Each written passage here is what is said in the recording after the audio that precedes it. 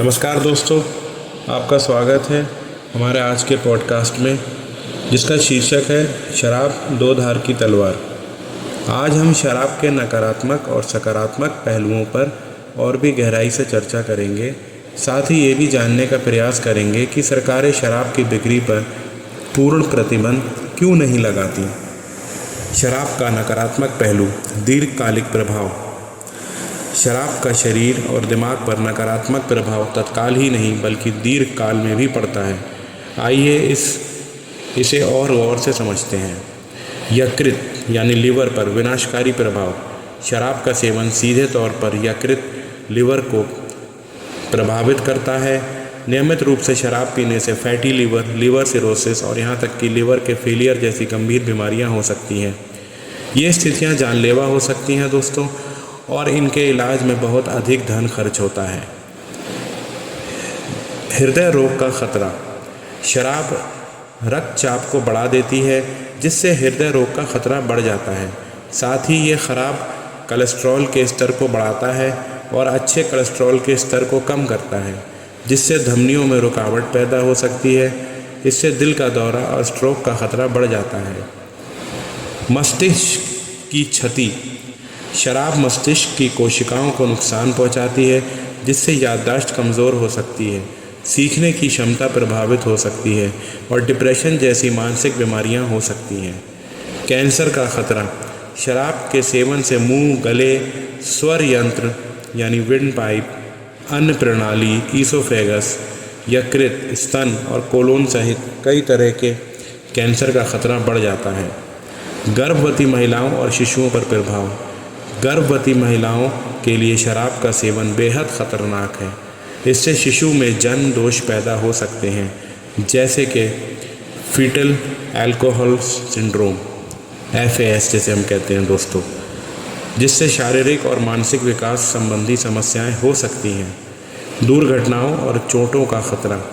शराब के नशे में संतुलन बिगड़ जाता है, प्रतिक्रिया धीमी हो जाती है और निर्णय लेने की क्षमता कमज़ोर हो जाती है। इससे सड़क दुर्घटनाएं, डूबने और गिरने जैसी घटनाओं का खतरा बढ़ जाता है। सामाजिक और आर्थिक प्रभाव शराब के क्या होते हैं दोस्तों?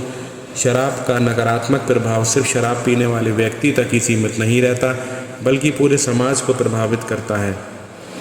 जैसे कि घरेलू हिंसा।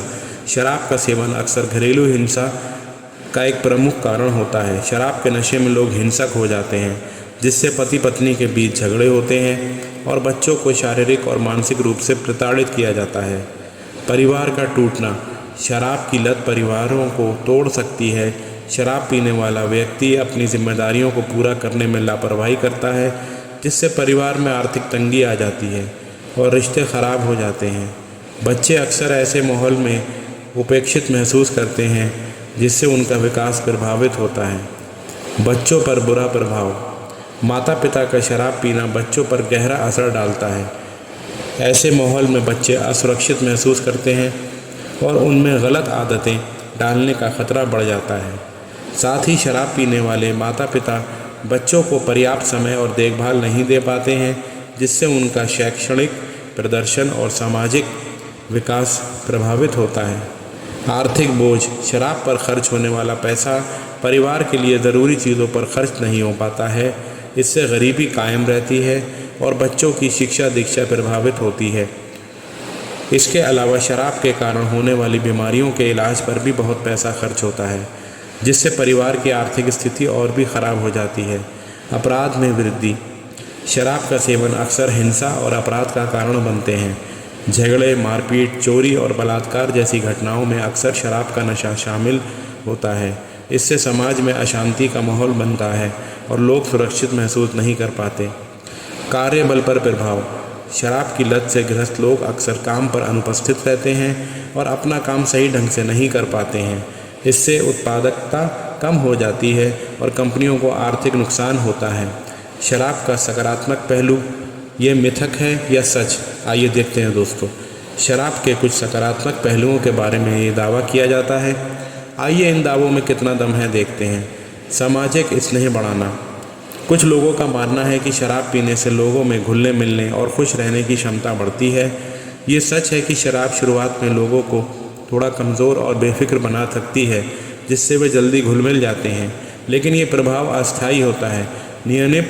नियमित रूप से शराब पीने से सामाजिक संबंध वास्तव में ख़राब हो सकते हैं। तनाव कम करना। ये माना जाता है कि थोड़ी मात्रा में शराब पीने से तनाव कम करने में मदद मिलती है। हालांकि ये प्रभाव भी अस्थायी होता है और लंबे समय में शराब की लत तनाव को और भी ज़्यादा बढ़ा सकती है।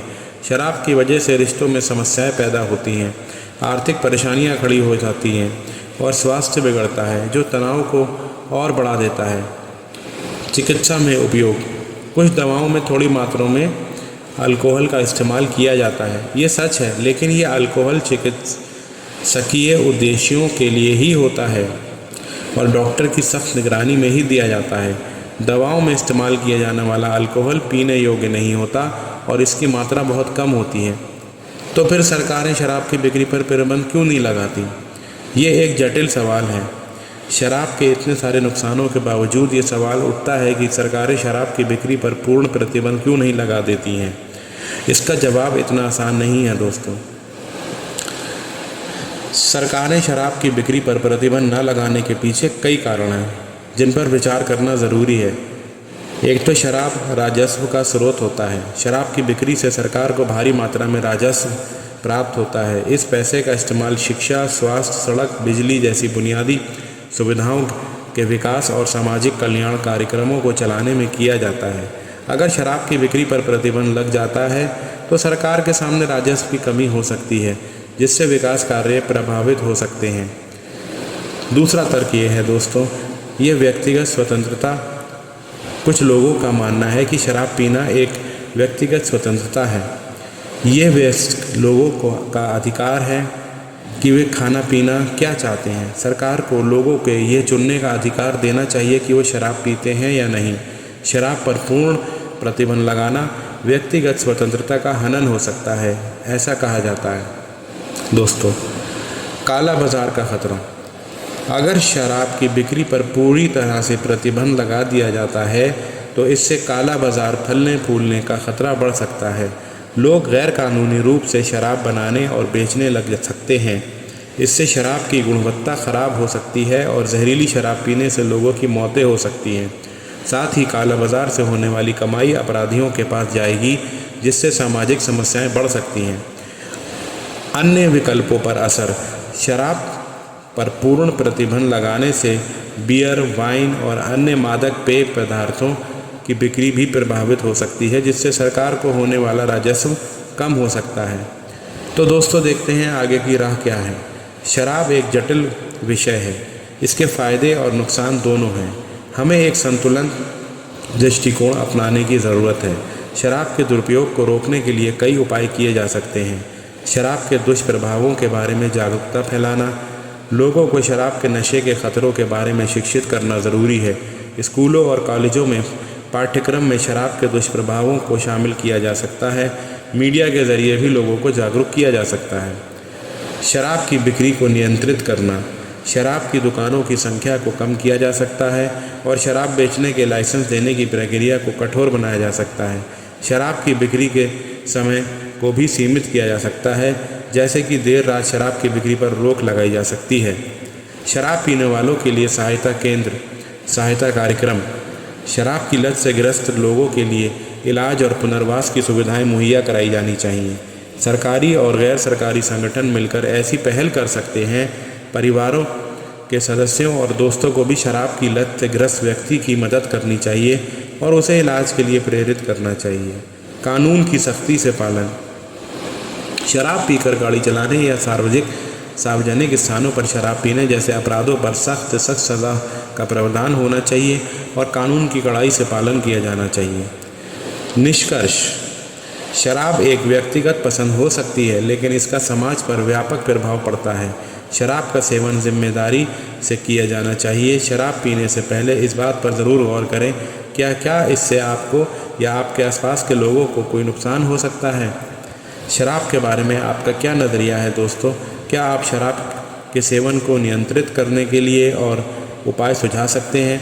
हमें कमेंट बॉक्स में ज़रूर बताएं। इस पॉडकास्ट के ज़रिए हमने शराब के विभिन्न पहलुओं पर चर्चा की है। उम्मीद है कि आपको ये जानकारी प्राप्त हुई होगी। बहुत बहुत धन्यवाद दोस्तों हमें सुनने के लिए।